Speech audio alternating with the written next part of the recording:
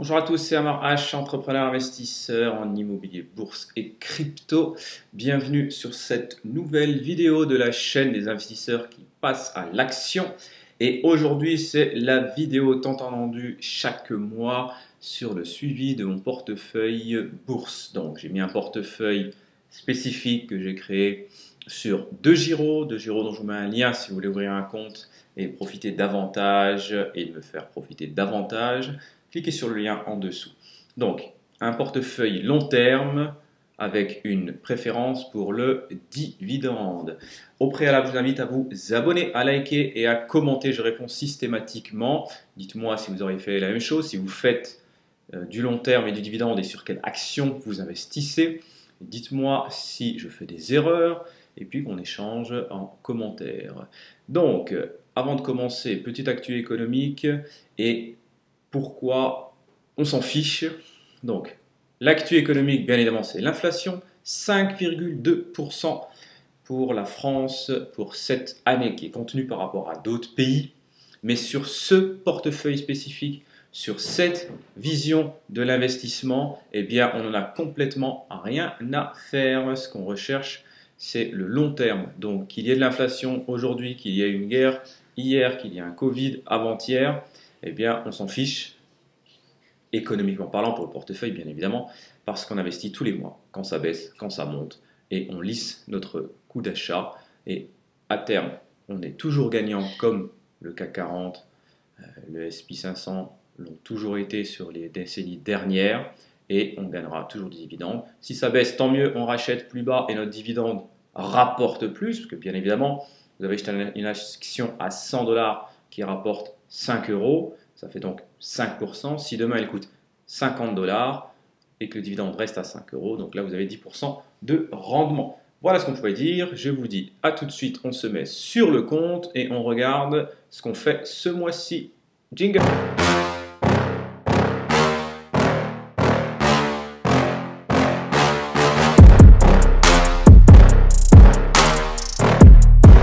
Sur le compte de Giro.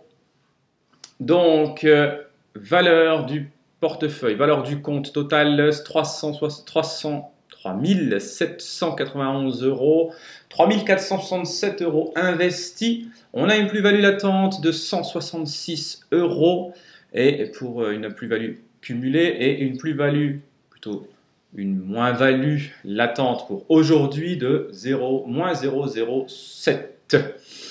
Donc, je vous mets le lien de la vidéo du mois passé sur cette succession de vidéos, sur cette série de vidéos sur la création, l'investissement, la gestion d'un compte bourse en DCA, Dollar Cost Averaging, donc sur du long terme, avec une volonté dividentielle, ce qui n'est pas français, mais j'invente des mots comme je veux, c'est ma vidéo.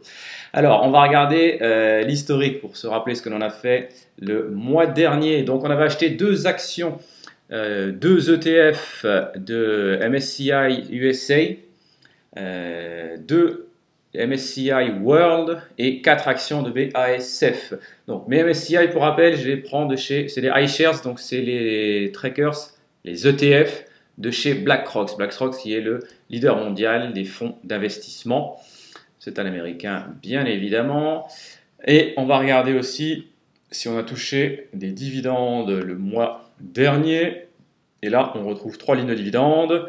Donc, 5,17 € pour la MSCI émergent, 7 € pour la MSCI World et 4,45 € pour l'USA. Donc, on a touché un peu moins de 17 € de dividendes le mois dernier qui vont être réinvestis. C'est l'intérêt aussi du DCA, c'est qu'on réinvestit son argent chaque mois. Donc, maintenant, on va aller sur le portefeuille plus en détail et on va voir ce qu'on va faire de cet argent. Donc, on a 6 lignes sur ce portefeuille. L'objectif va être la première étape, d'avoir 10 lignes différentes avec une valeur chacune d'argent investi, la valeur sera différente, d'argent investi de 1 000 €. Donc ça nous fera un portefeuille de 10 000 € investis en premier objectif qu'on se met sous quelques mois, en sachant que à minima, j'investis 300 € sur ce portefeuille. Parfois ce sera plus, parfois je mettrai peut-être des grosses sommes en fonction de dividendes que j'aurais pu toucher sur des sociétés, sur des loyers, etc., etc. Alors j'investis systématiquement, globalement, tout mon argent, donc il faudrait que je le réaffecte un peu plus sur ce portefeuille spécifique. Mais 300 euros, ça me paraît être une somme raisonnablement duplicable, que tout un chacun pourrait mettre, ou alors diviser par 3 et avoir au moins 100 euros. Mais voilà, 300 euros, c'est pas rien, ça reste une somme, mais il me semble malgré tout que ce soit une somme qui peut être répliquée par un grand nombre. Donc, on a la première ligne qui est BASF. BASF, j'émets des petits doutes, pas sur la performance, mais sur la stratégie long terme et dividende. Alors, premièrement, c'est la seule action de tout le portefeuille dont les frais sont plus élevés. Alors, c'est sur un portefeuille allemand, je n'ai pas encore réussi à comprendre pourquoi il était spécifiquement élevé, mais voilà, les 4 actions ont dû me coûter 4 euros de frais sur 210 euros investis. C'est pas fou sur le long terme, à la rigueur, c'est peut-être pas très grave, sauf si on en achète tous les 15 jours. Donc ça, c'est le premier point qui n'est pas le majeur. Le grand point qui me gêne, ça va être le fait qu'il y ait le reversement de dividendes qu'une seule fois par an. Ce qui fait que sur le long terme, quand on va avoir une stratégie de rendement, de rente, il serait bien d'avoir des actions qui distribuent un peu plus régulièrement pour avoir à terme des rentrées mensuelles de dividendes et pouvoir, pourquoi pas, en vivre ou en tout cas avoir un complément de revenus grâce à son portefeuille boursier. Cardinal Health, donc toujours c'est une action de la santé américaine qui verse du dividende depuis je crois 40 ans. On a un rendement de 3,5 de mémoire, donc on est bien. Là on ne va pas la renforcer cette fois-ci, on va la laisser courir. On est en plus-value, tout comme sur BASF, on est en plus-value latente, 4,32 pour BASF, 14,89 pour Healthcare. Et Total, on va renforcer un petit peu aujourd'hui. J'ai un prix de... Attendez voir, je vous remets ma petite tête. J'ai un prix de revient chez Total, prix de revient unitaire de 47 euros pour une action qui est à 56,87 aujourd'hui. Donc j'ai une plus-value latente de 127 euros. C'est bien, c'est tant mieux, mais encore une fois, ce n'est pas l'objectif. L'objectif, c'est le rendement. Total a un rendement qu'on verra après important, intéressant. Malgré tout ce qui se passe, je lui vois un avenir pour moi heureux. Ils sont en train d'investir très fortement sur les énergies renouvelables. Donc on ne peut pas avoir une réflexion binaire entre guillemets en disant le pétrole va plus en avoir, on veut plus du pétrole pour l'écologie, donc Total va couler. Non, Total est tellement grande, tellement puissante que on n'est pas devin, mais elle devrait se réinventer comme il se doit. Donc on va sur du Total. MSCI, on va pas les ETF, les 3 ETF, on ne va pas y toucher ce mois-ci, même si, encore une fois, l'objectif, c'est d'arriver à au moins 1000 euros investis sur chacune des lignes et monter à 10 lignes. Donc probablement que je mettrai un peu plus d'argent sur les mois à venir pour accélérer ce processus. Maintenant, on va aller sur le site de l'ami Sébastien Coubard, Morning, pour voir ce qu'on va pouvoir faire. Donc, j'ai mis plusieurs actions de côté. Alors, comment moi je sélectionne mes actions pour le côté éthique? Vous savez, j'essaie d'investir sur le côté éthique. Eh bien, je vais sur BlackRock et je m'intéresse au portefeuille. Donc, je vais sur BlackRock en général. Je vais aller sur le ETF et je vais voir leur principale position. Et ce qui va me donner une indication sur les sociétés sur lesquelles je m'autorise ou non à investir. Donc, pour les personnes que ça intéresse d'investir de manière éthique, mettez-moi en commentaire si j'ai assez de commentaires, assez de likes, surtout assez de commentaires me le demandant. Et ben, je pourrais faire une vidéo sur la façon dont je sélectionne mes actions pour qu'elles rentrent dans mes critères éthiques, qui n'engagent que moi, bien évidemment. Donc, on avait le BASF qui a un bon rendement, mais voilà, pour les critères que je vous avais cités plus en avant, je ne vais pas me mettre dessus. Cardinal 3,69, c'est un bon rendement, mais on attend un peu. EDF, alors je passe Cisco. EDF, bon rendement. Mais là, j'ai un peu plus de mal à me projeter. Si on va plus dans le détail d'EDF, on voit que la croissance dividende, elle est de moins 14%. Bon, le prix est chancelant, mais le prix ne nous intéresse pas, vu qu'on achète régulièrement, on achète en bas, en haut, donc ça se lisse. Et par contre, l'historique du dividende, voilà, il a bien chuté. Potentiellement, il va remonter. Là, ils ont le prix qui est bloqué chez EDF par l'État. Quelles vont être les conséquences à moyen et long terme? Est-ce que la stratégie du gouvernement de mettre des mini-centrales, etc., va aider EDF? Voilà. Est-ce que c'est le bon moment d'investir et justement de renforcer? Dites-moi d'ailleurs en commentaire ce que vous en pensez sur EDF. En tout cas, moi, je ne vais pas me positionner dessus aujourd'hui et je vais continuer d'étudier. Donc, Eni, c'est de l'énergie et c'est Europe. Donc, j'ai déjà de l'énergie et je l'ai déjà en euros. Éventuellement, je voulais investir sur de l'énergie au niveau USA. Peut-être sur les prochaines vidéos. On verra. Sanofi, donc, qui pourrait être le pendant de Healthcare. L'action est un peu chère, mais ça, c'est pas très important. Le rendement est correct. Par contre, c'est un versement annuel de dividendes. Donc, pareil, petite hésitation pour l'instant pour l'introduire.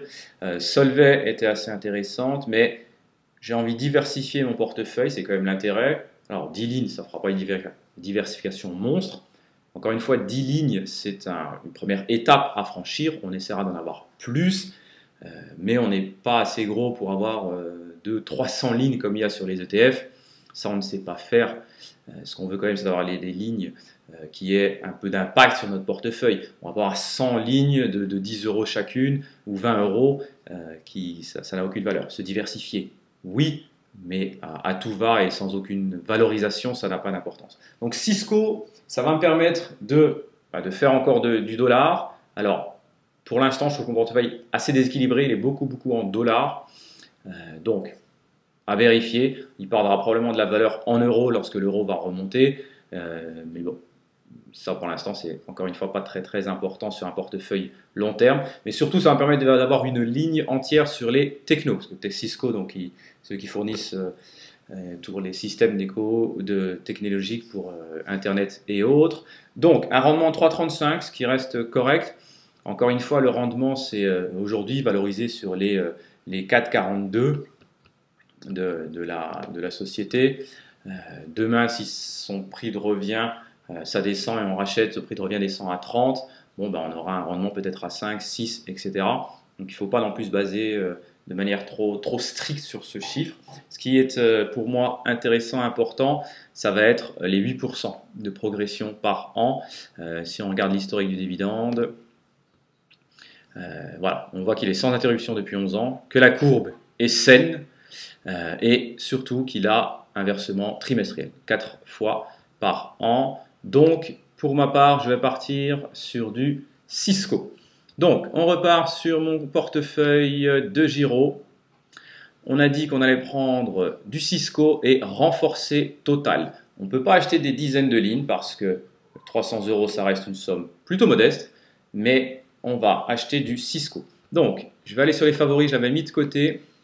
Donc, c'est du Cisco qu'on prend directement. Ils sont parfois cotés, les actions sont souvent cotées dans plusieurs bourses. Nous, on va aller chercher à la source, donc on va l'acheter, celle qui est sur le Nasdaq, que voici. Il est 11h47 en France, ce qui veut dire que je vais lancer l'ordre d'achat à un prix limite qui devrait se produire dès l'ouverture de la bourse de New York, qui se situe à 15h30, la bourse de New York, avec le décalage horaire, donc ce sera qu'à partir de 15h30. Donc, allez, c'est parti. Ordre d'achat. Il cotait hier à 4,86. Il a fait un plus haut à 45,25. Le plus bas à 44,86. Alors là, j'ai pas les prévisions d'ouverture. On va mettre à court limite. La limite, on va la mettre à 44,85. C'est pas très important, une fois de plus, tout ça. Hop, qu'on l'ait acheté plus cher, moins cher, ça n'a aucune importance. Je voudrais en prendre 5 pour avoir un impact direct sur mon portefeuille. J'aurai 50 centimes de frais de courtage, quand même vraiment bas. Donc c'est pour ça que je vous invite à ouvrir votre compte en cliquant sur le lien pour passer par DeGiro directement. Hop, on valide. Et voilà, ordre placé avec succès. Donc, même si l'ordre n'est pas encore lancé, ne va pas être validé, je ne vais pas pouvoir acheter pour plus. Je ne vais pas pouvoir acheter 300 euros d'actions de Total maintenant. ils prennent déjà en compte le fait que j'ai 210 € en valeur qui sont en attente d'ordre. Donc, je retourne sur mon portefeuille, donc on ne voit pas encore la ligne, mais je vais acheter du total. Je ne sais pas si je pourrais en acheter deux, mais l'idée serait d'en acheter deux. Donc aujourd'hui, on a fait un plus bas à 56,59, on a fait un plus haut à 57,80. Le cours est à 56,85. Allez, on va mettre un 50. Non, on va faire. On va pas mettre au marché pour avoir moins de frais. On va faire 56. On va l'acheter quasiment au prix. Allez, 56,86. Comme ça ne va pas traîner. Je vais voir si je peux en prendre deux. Alors, qu'est-ce que ça me dit? Si je valide deux, tac, tac, tac, c'est bon. Ça fait 113.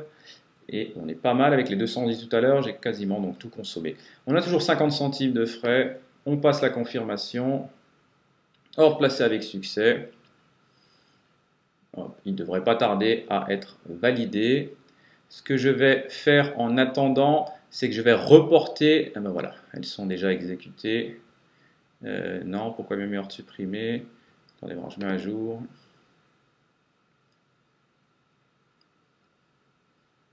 Non, voilà. J'avais 13, j'ai 15 actions désormais, donc c'est passé. Total versement dividende trimestriel. Donc je vais retourner sur Morning et je vais aller sur mon compte virtuel chez Morning pour transférer les achats que je viens de mettre, pour reporter les achats que je viens de mettre. Alors, ma long terme DCA. Je vous remets ma jolie tête. Voilà. Donc Cisco, je l'avais rajouté déjà tout à l'heure. 5 positions. On a maintenant Total que je dois augmenter. Donc on a chez Total 13 positions que l'on voit là. Et donc on est passé à 15 positions. Sauvegarde. Hop. Et ça nous permet de voir qu'on a une valeur. Alors là, ça change plus ou moins à 3817. Ça dépend s'il y a des liquidités. Donc surtout, on a un total de dividende annuel qui devrait être de l'ordre de 106 €. Un rendement de 2,77. Ce n'est pas encore exceptionnel en sachant que la majorité de mes actions, pour l'instant dans le portefeuille, à hauteur de 2500 je crois euros, c'est mes ETF qui ont en moyenne 2% de rendement. Donc là, on sécurise le portefeuille par ces ETF, mais le rendement est un peu moins important. Mais c'est pour ça qu'on va accélérer sur les autres maintenant pour augmenter le rendement. Donc BSL devrait nous donner 13% de dividendes, Cardinal F5, 54, Cisco, on vient de rentrer, on devrait toucher 7 €. Total, c'est la meilleure pour l'instant, 41 €, 14 €, 9 et 13 pour les dividendes. Et voilà ce que l'on pouvait dire sur ce portefeuille. Je vous mets en lien. Hop. Donc, je vous mets en lien la vidéo sur les 10 conseils pour investir en bourse. Et je vous invite de nouveau à vous abonner, à liker et à commenter. Je réponds systématiquement, donc dites-moi ce que vous pensez de cette stratégie, de ces achats. Dites-moi ce que vous faites dans votre portefeuille long terme, si vous en faites. Et si vous ne faites pas encore de bourse, dites-moi ce qui pourrait vous motiver comme vidéo ou quels conseils je pourrais vous donner ou quelles réponses je pourrais vous apporter pour vous lancer. Je vous dis à très vite pour une prochaine vidéo. Ciao!